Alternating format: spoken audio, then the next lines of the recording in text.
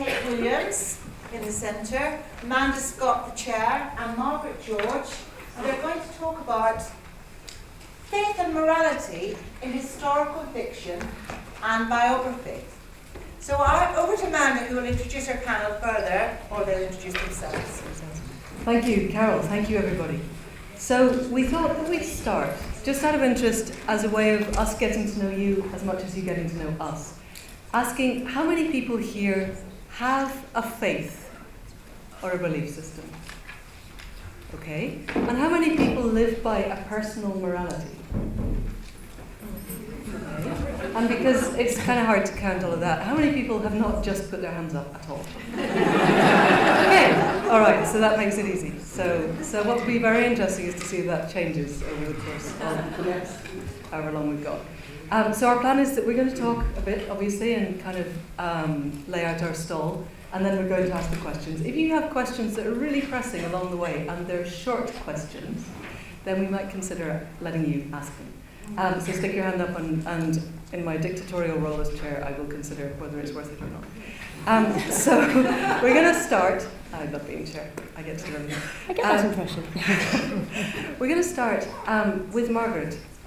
Who, Margaret, you obviously we are here with the giants of the genre of fiction and non-fiction, and your most recent book has brought us to Nero, and we decided that that was a good starting point for talking about faith and morality because of his very crucial role in the early foundings of the faith that has tended to dominate our history in the recent past.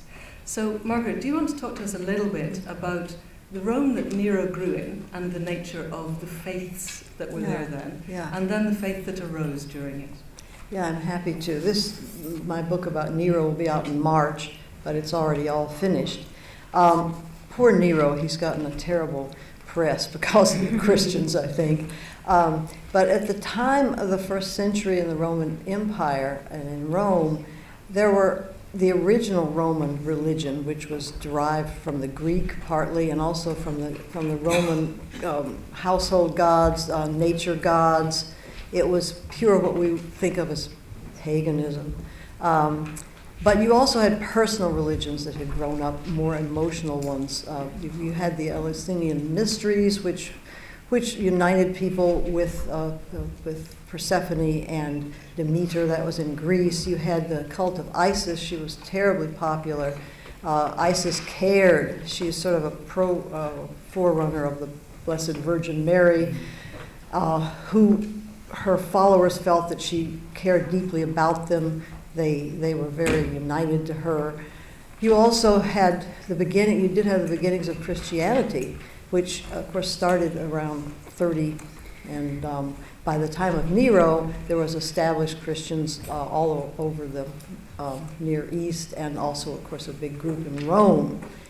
And there was also the state religion of Rome, which they honored the gods and goddesses. There were certain ceremonies they would go through to propitiate them. It was felt that if you did your part in Rome, if the leaders, that is, and the priests were not religious, the Pontifex Maximus, who has come down to us as the Pope, was also the emperor. He had to perform certain rites, and if you did these rites right, then the gods would take care of Rome. If you did not do the rites and honor the gods, then Rome would be in trouble. So it was a feeling, it was almost, until very recently in America, we had a civic religion. And it consisted of, especially, the Pledge of Allegiance to the flag. And if you're a certain age, you remember in class, every morning you started with, I pledge allegiance to the flag. And then there's the Star Spangled Banner, which right now have controversy about people refusing to stand for it because they're protesting. So the civic religion of Rome was really what the Christians ran up against. They were suspected of being subversive because they didn't want to do these things. They also did some things that were outlawed, like meeting at night and having closed meetings, and some other things which had been forbidden by Augustus. So Nero kind of waded into this and inherited it. And it was during his reign that you had the first recorded persecution of Christians because they were blamed for the Great Fire of Rome. After the gods had been propitiated, and it still didn't seem to work, people still seemed to feel that actually Nero himself had started it. People said, well, or it was suspected arsonists, which may have been Christians who said they were acting under orders, because there was all this feeling about the end of the world coming, and people were expecting Jesus to come back any day. So the end of the world was supposed to be hastened by fire, by the end of the great judgment. So it was all a kind of stew mix at the time, which, as I said, Nero kind of waded into. So as a writer, when you have this great maelstrom of different faiths and different degrees to which people believe them, I would say, Mm-hmm. you know, as a Roman writer, it seemed to me that looking back, there were the people who genuinely bought into all of this, Mm-hmm. and there were a fair number of people who were prepared to use it. Caesar, Yeah. for instance, was very, very good at making sure that when he slaughtered a bull, the omens absolutely told him that the battle he wanted to have was a really good battle to have, which seems to me a jolly useful way. If you're going to be using religion, then you use it like that. So as a writer, how do you give us the flavours of the things that were so ambient that you wouldn't remark on them when you lived in that time? Yeah, that's a good question. Also, it's very hard to put your blinkers on and remember that to the Romans, the Christians were not going to become a world religion.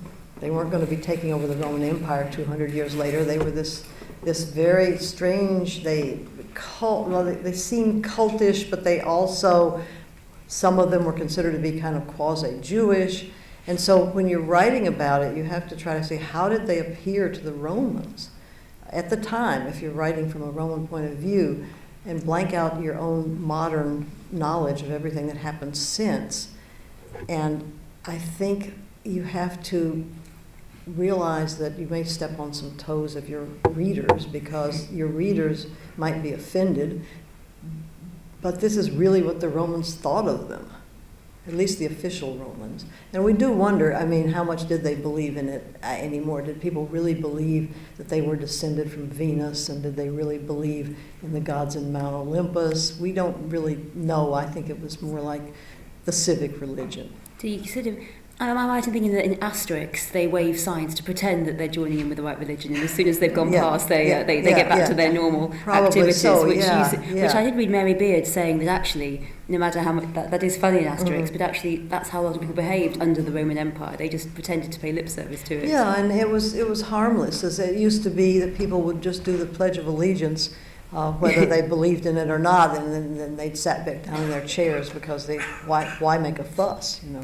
And it only becomes an issue when somebody decides to stop going with the civics, as has happened in America at the moment. So Kate, we were going to move on to you, and we want to look at this because there's a lot of different ways of looking at faith and morality. There's the faith and morality that exist within the historical eras that we approach. There are our own faiths and moralities that we bring into them, and there's our own moral duty as writers to our readers, and to what extent we allow that to colour what we do. So Faith, Kate, that was very funny, my partner's called Faith. We were going to discuss with you looking a little bit more and differently at morality and how you bring that into the novels. So tell us a little bit about what you write, what era you write, and why morality matters to you in that. Well, super, thank you, Manda, and I just want to say how thrilled we all are to be talking to all you marvellous writers today in St Anne's. It's tipping it down outside, but it seems super sunny in here with all these amazing ideas flying around. Yes, I'm Kate Williams, and I have a foot in both genres, so I've written 4 biographies and 4 novels. So on one side I have to keep to the facts, and the other side I get to go flying outside of the facts and really engage with the questions about what happens behind closed doors. And I started off in the 18th century. I wrote about Emma Hamilton, about Josephine, about Queen Victoria, and about Elizabeth II. I tend to choose my biographies according to marvellous research trips. So I got to go to Naples for Emma Hamilton and Martinique for Josephine, which I consider were vital to the genre. And my novels, I wrote my first novel was about Spitalfields in the Victorian era in when about a young girl who becomes preoccupied by a serial killer. And I think the review, perhaps to summarise it best, was on Amazon. And this lady said, I've seen Kate Williams on the TV and she seems like such a nice girl. But after I've read this book, if I saw her coming towards me, I would cross over the other side to get away with her, because I really tried to get into the mind of the serial killer. And since then, I've written my 2 further books. My other one I've just handed in and is about to come out. It's about a trilogy about a half English, half German family in the First World War. So this one most recently is Edge of the Fall, about life in the 20s. And I think what's particularly fascinating about the 20th century is that up until, I think, the 20th century, you can pay lip service to the overall religion, as with the Romans and the British and Asterix, and it doesn't really matter, but it becomes so vital in the 20th century because then you are paying lip service to all kinds of damaging ideologies. I mean, the whole question when you think about the Second World War, which I've just been writing about, 30s, the run-up to the outbreak of the Second World War in Nazi Germany. To what degree is one paying lip service to Nazi Germany, to the party, to get on and to survive and keep one's job and so that one's child has success in school? And what extent is one tying in with that famous saying that for evil to prosper, all it needs is for good men to turn a blind eye? That's slightly paraphrased. But what I find is fascinating, in the 20th century is, of course, when we see the biggest breakup of faith. It's fascinating when you write about the 18th century, which I did. It's very hard. God is continually within their discourse the whole time. And perhaps in the same way, I do think I do a lot of news on TV, and American news as well, and how frequently the language of sport is used in political discourse and in all of our discourse, slam dunk, own goal, all these kind of things. For a non-sporting woman like me, I try and keep up. And I like to watch sport, but that's it. And how in the 18th century, in the 16th century, in the 17th century, it's all the language of religion that permeates everything. And that's fine in a biography, but it often tends to turn off readers now if you create discourse and language and the mindset which is as completely preoccupied by religion as theirs was, because it can be quite difficult to communicate. That to some of them it was they use it as a discourse in the same way that I might use I couldn't kick a ball if I tried, but yet I do use own goal sometimes as a discourse. But I still dislike football. So I think that's very fascinating. But also it's so interesting to me about morality. I did my MA in creative writing at Royal Holloway, and then I stayed on there to lecture for 5 years, and then I moved to be Professor of History at Reading.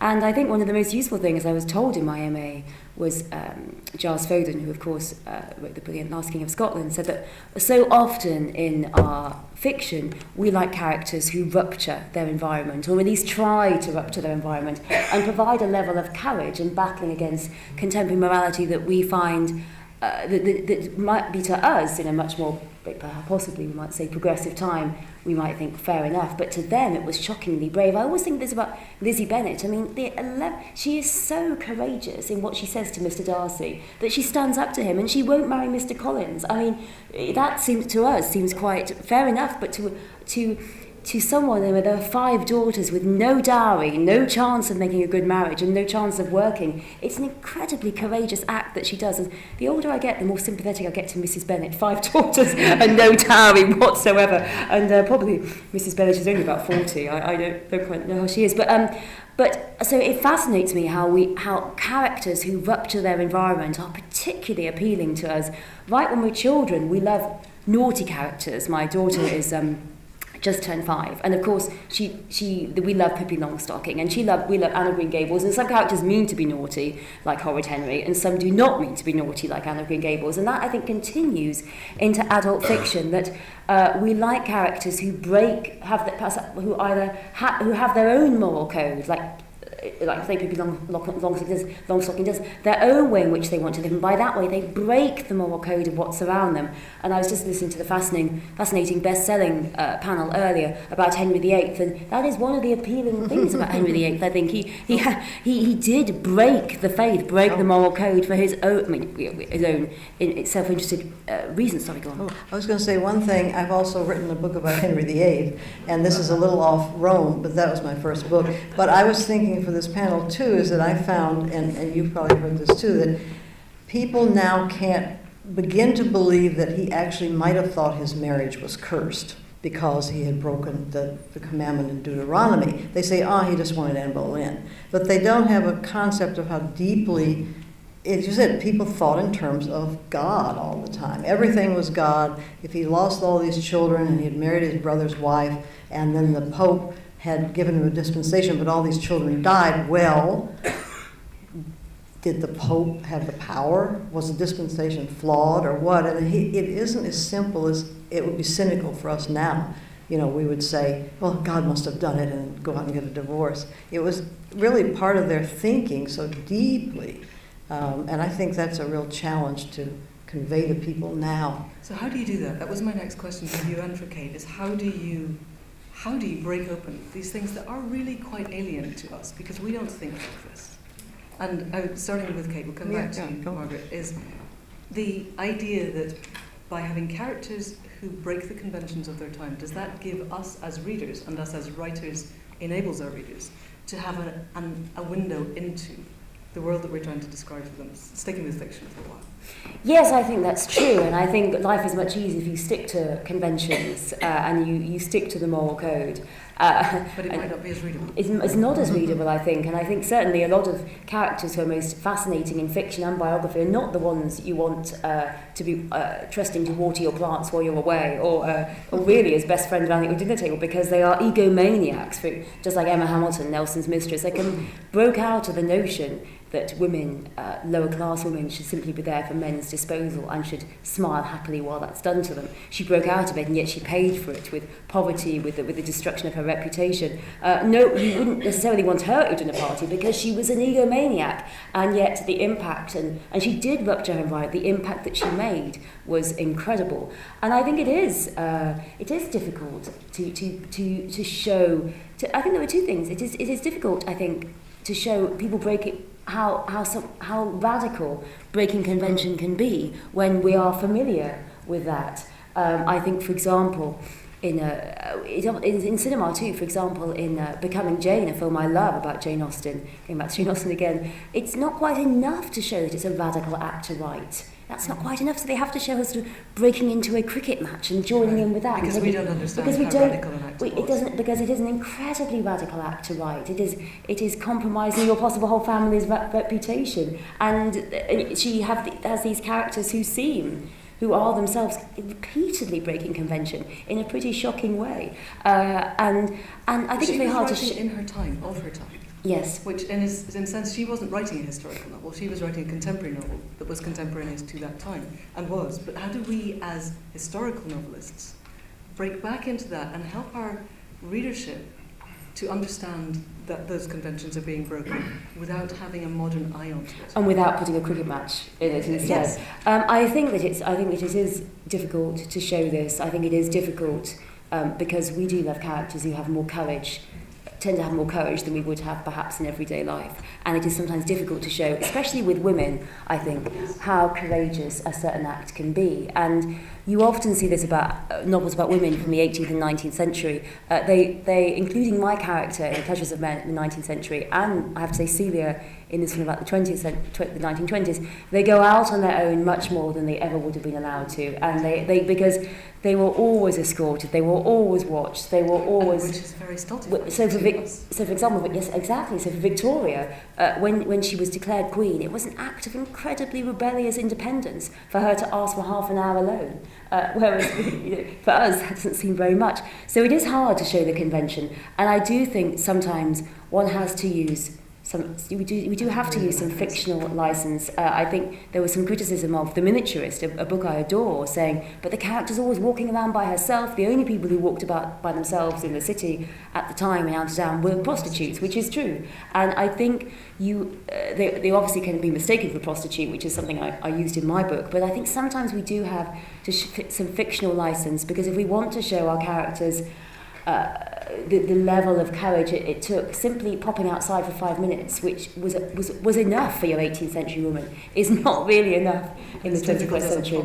It is difficult. Yeah. So Margaret, Okay. over to you. Okay. So how do we not inject anachronisms more than we can help, and yet make the reality, particularly women's lives, accessible, without constraining ourselves to have the ways that they were constrained? I've read, it's people want to give modern sensibilities to people that lived a long time ago, and it always rings false. So I think you have to actually develop, you've got to show what they were like before they come to their moment of whatever, when they're going to kick over the traces or do something different. And you have to show them actually immersed in it and believing in it, so that you have the same mindset. You would have to develop them as characters immersed in their own world, and maybe even thinking conventionally, because we all start out thinking conventionally. There are very few people born, they're already 3 years old and they're being rebels. But like with Henry VIII, I mean, he went through he was very pious as a young man. It lasted a long time. He was writing the defense of the 7 sacraments, and he commissioned Moore to write a nasty thing about Martin Luther, and he got the he got the defender of the faith from the Pope. And so I think he was thinking very conventionally. Certainly women thought even more conventionally. I know I was brought up by a very conservative, I don't mean politically conservative, but a Southern belle mother who thought a lot like Scarlett O'Hara, I think. And so, I think that it's an evolution for the character in the novel. If they start out being a rebel, it's harder for you to appreciate the real shocking aspect of their stepping outside their role. Okay, so I wanted to shift a little bit onto a slightly different aspect of faith and morality, which is our morality, our moral duty as writers to tell the truth. And I would like to, we haven't spoken about this, so I will be interested to see what my fellow panelists think. A little while ago, I read a book called Dead Men Risen by Toby Harnden. Has anybody read it? Oh my goodness, nobody. Oh, one person. Has anybody else heard me speak about it? No? Good. Okay, so this is a book written in 2010 about the events of 2009 in Afghanistan, in Helmand province. So by our lights, it's not strictly speaking a historical novel. It's not even a novel, it's a non-fiction. It's a very big book. What happened in Helmand, it was the tour of the Welsh Guards, and we lost the highest ranked officer in the army who had been killed in combat since Goose Green in the Falklands. So it was a big event in army terms. And Toby Harnden was given access to all of the survivors. He was given the videos that were sent home by the people who had been killed, because that's what the army does now, is they all Skype themselves and send it home, and their emails. He was given all of the orders of battle and every single piece of paper that the army had generated during this time. He had as much access as I think it's humanly possible to have, and he was within a very tight time frame. He went out very soon after it had happened. And he wrote in his foreword, he quoted Rudyard Kipling, who had gone through a similar experience trying to find out about the death of his own son at the Battle of Loos in 1915. And Kipling had said, "It is impossible.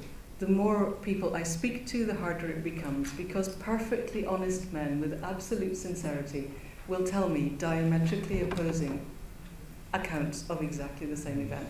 I cannot tell what happened." And Toby Harnden said, "I've got this book. It's about many, many, many hundreds of thousands of words, and the more I research, the less I know. It is actually impossible. You can tell who fired what they fired. You can look at how many rounds were fired, how many Kevlar jackets were not working. But what you can't tell are the important things that matter to us as writers and as readers, which is why everybody did what they did, what they were feeling, how they responded to what was obviously a very, very tense and very dangerous situation. And I came away with that, with the realisation that if Toby Harnden in 2010, with all that access, cannot write accurately about the events that happened 6 months before he was writing, then I, as a writer, looking back at Joan of Arc, or looking back at the Rome era, where I have Tacitus, who was writing maybe 150 years after some of the events that I'm writing about, there is not the slightest chance that what I'm writing, the only thing you can say about what I'm writing is, this is probably not what happened. And we have the anachronisms of I am a 21st century person looking back at the 1st century or the 15th century or even the Second World War. I can endeavour to build for you, the reader, an authentic sounding, authentic feeling concept of how it might have been that might not be wholly incorrect. And that would be the same whether I was writing fiction or non-fiction. The difference is the extent to which I let you know what sources I use and the extent to which those, I think, rise to the surface. So we talk about this a lot in historical novel writing conferences, is to what extent do I, as a writer, have a moral duty not to mislead my audience. So I'm not, in a Roman novel, going to put stirrups on the saddles. There's these things.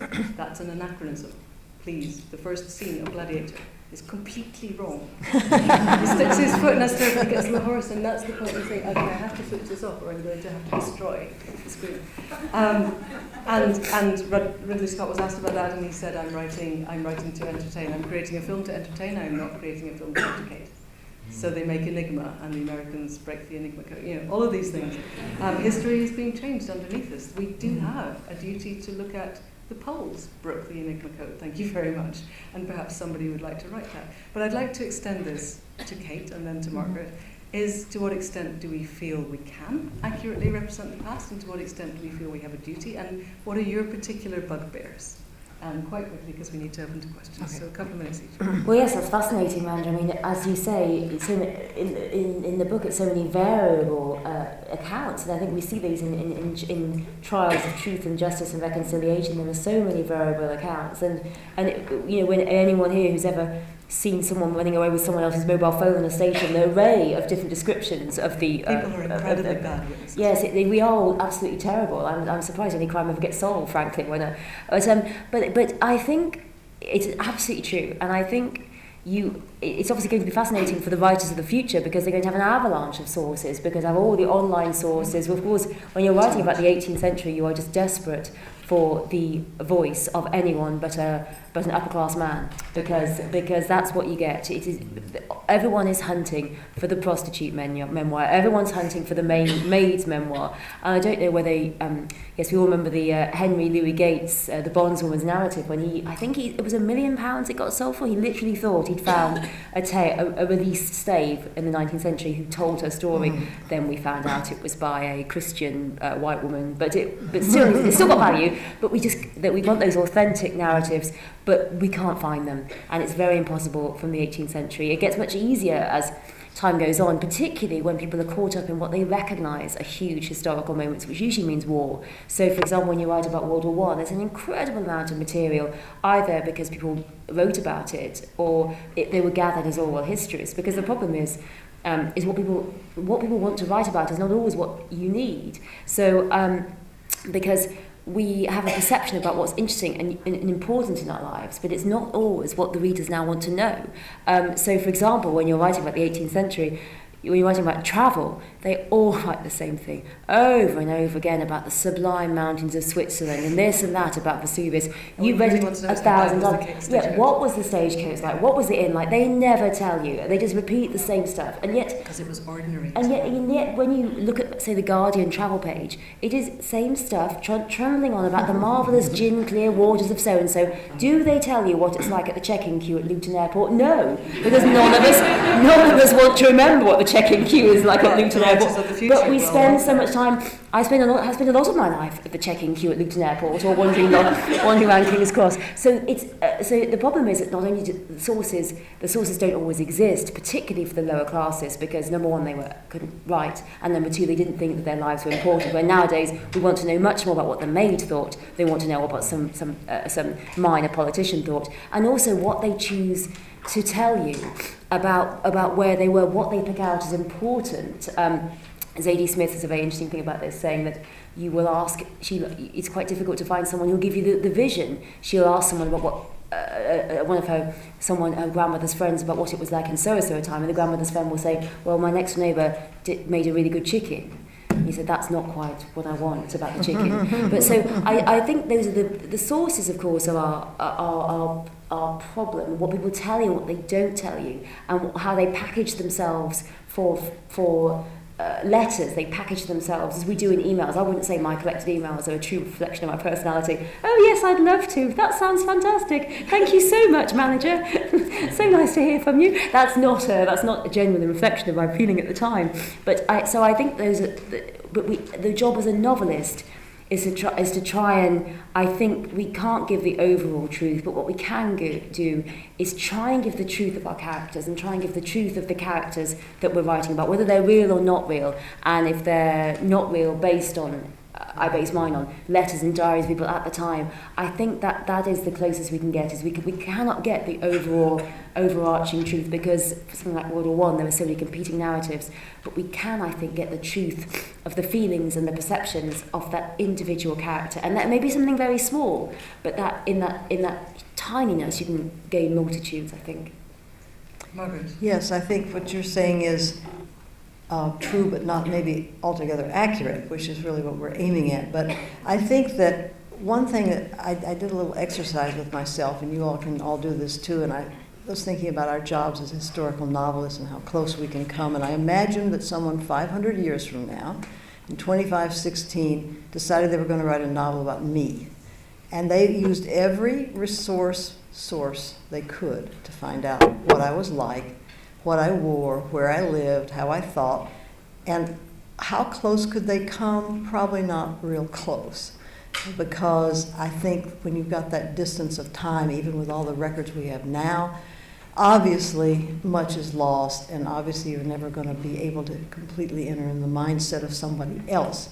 And our job is to come as close as we can, but realize that we're not going to be able to get it right any more than this mythical person writing 500 years ago trying to capture me or you could. And how funny you might find it to read it. If we could only read it now, we would probably be very amused at some of the things that someone assumed about us. And we have to hope that our characters will forgive us, because we're doing the best we can with the material we have and with our own imaginations, but obviously so much is lost in the sands of time, and we can never really become another person. It's so frustrating sometimes. Emma Hamilton went to meet Marie Antoinette just before Marie Antoinette had the failed escape attempt that Antonia Fraser writes about so well. The failed escape attempt when they all dressed up as servants and governesses and went off in the royal carriage and thought they'd get out. But just before that, Emma Hamilton went to visit her and wrote, I went to see Marie Antoinette in the Tuileries when she was under arrest, and that was it. It was so annoying. Oh gosh. And I had to go at, because it was a biography, I had to go at writing a bit more about, because I had other descriptions of Marie Antoinette at the time, and every editor wrote, tell me more, what's going on? And of course you can't, because the character, I mean, that's one of the most fascinating things that Emma Hamilton did, but instead you get endless pages about what she thought about Vesuvius. Like, I don't care about Vesuvius. What did Marie Antoinette look like? But, and I think fiction does give you that freedom, because in a non-fiction book, you simply, in the end, you cannot say for sure. I was watching Elizabeth Freemantle earlier talking about whether or not Elizabeth I was a virgin. In a non-fiction book, you can say we don't know, there was scholarship. In a fiction book, I do think, in the end, you have to come down on one side. You cannot say, scholarship shows, scholarship not shows. The readers want to know, so you have to make a choice. And Alison Weir, the biggest fan, it's so fascinating, is in her biography, she'll say, we don't know about Elizabeth I's virginity. In her novel, she says she's not, and she has this footnote saying, I'm choosing it because it's fiction. And I think in fiction, that is perhaps the most difficult thing, is you have to make decisions about, you don't have that safety net of scholarship that you do in a biography. In fiction, you have to make decisions, and they don't have to be right, but they just have to be decisions, and sometimes they're really hard, because you just think, oh, but it could be that, or it could be that, and in the end you have to sort of trust your own heart, which is difficult, I think, sometimes. You have to choose a consistent image of them all the way through that fits their personality, so you've got to make these little choices all along about so many you choices. have to be consistent. I think about we need to open out to questions because we're going to run out of time otherwise. Has anybody got a question? We probably don't have time for many. Sorry, guys. Yes, lady at the back. I wonder how you balance your moral responsibility to your characters with your moral responsibility to readers. And I'm speaking, Kate, now specifically about fiction rather than factual. Okay, how do we balance the moral responsibility of our characters to our moral responsibility to our readers? 30 seconds each. Well, I think they shouldn't really be fighting with each other. I mean, if you decide that you're going to be really honest for your character, then there shouldn't be anything that would offend your readers, because presumably they want to know all about this person. I agree, and I think one's fight every day, so many fights, being a writer every day, try to get yourself to sit down, avoid lazy cliche, but one's fight every day, I think, is to write a book that is honest to the truth. I mean, I read old books and think, well, I don't agree with that anymore, but honest to the truth that you think is what the character feels, and making the character believable and tying in with the sources. I think one fights every day to write an honest, truthful book, and if one succeeds in that fight, then you're bearing out the moral responsibility to the characters and the readers and to yourself. And I think to try and fiction can often tell more truth than non-fiction, because we get into people's hearts, and it's the truth of the heart, and that's the tough thing. Brilliant. Yes, this is relevant to what do people really believe. When communism collapsed in the 1990s, I was sent out to Eastern Europe and to the former Soviet Union to advise on various reconstruction things. And I worked mainly for the World Bank. And with each country I got a briefing from the World Bank. The briefing at Poland told me that 40 years of communism had destroyed the Polish will to work. And I had to, because, whatever they did, they always got the same money, just like civil servant. When I got to Russia, I was told that 7 years of communism had completely destroyed the entrepreneurial spirit of the Russians. But of course, the collapse of the economy, released an enormous entrepreneurial surge. So can you tell us your question? Yeah. So the young people I met who'd grown up under communism and had been at school and all this thing, laughed at the things that they were taught at school about how all the great inventions in history have been Russian inventions, things like that. All of this huge effort to create Soviet man had they listened to it, they'd written the right papers at school, and they believed damn all of it, that this is so these people did not, the official morality didn't, even people who've been children seem to have treated quite cynically. Now, did the average Roman really believe in the pantheon of the Roman gods and all this? Well, I think that at least the philosophers didn't, because they were a convenient literary device, and the poets used it. But how much the ordinary Roman believed it, it's really hard to say. I think what's interesting about the ordinary person is the power of fear. And the power of fear, partly if you're in an overarching police state, but also the power of fear of not believing. That I have many friends who don't believe wholeheartedly in God, but don't want to say they don't quite believe in case they don't get to go to heaven later on. And I do think that fear, when I'm writing about the 30s, that the average German, initially they welcomed Hitler and National Socialism because they'd been on their knees economically, and it was a way of creating Germany. But once he started to engage in Lebensraum, in this aggressive attacking of the rest of Europe, in invasion, they began to, and the level of police state and the level of surveillance, people began to hate them, and they hated doing the Nazi salute, but they just had to do it because they were so afraid of the consequences otherwise. So I think it's an interesting question about how much one is allowed to believe for one's heart, because if you don't tie in with the actual conventional morality, you can't get it. You can't get. Yeah. Sometimes you don't live, and sometimes you just can't get on. You think about the difference between, say, Henry VIII and Mary, and then Elizabeth I. And Elizabeth I said, "As long as you all pretend, I don't care what you believe in. Just pretend." And I think that the most successful rulers tend to tell us that. Just pretend. I don't care what you really do. And I think that was often the success of the Romans. But certainly, I think the average, to disentangle what the average man or woman believes in their heart, and actually what they think they should believe, or either because they know their neighbour is going to report on them, or because they're afraid of the afterlife. I think that's a fascinating tension to engage with in characters. Another panel, sometime. Right, guys, we have completely run out of time. Well, that was absolutely excellent. Thank That you was a all. very- Thank you.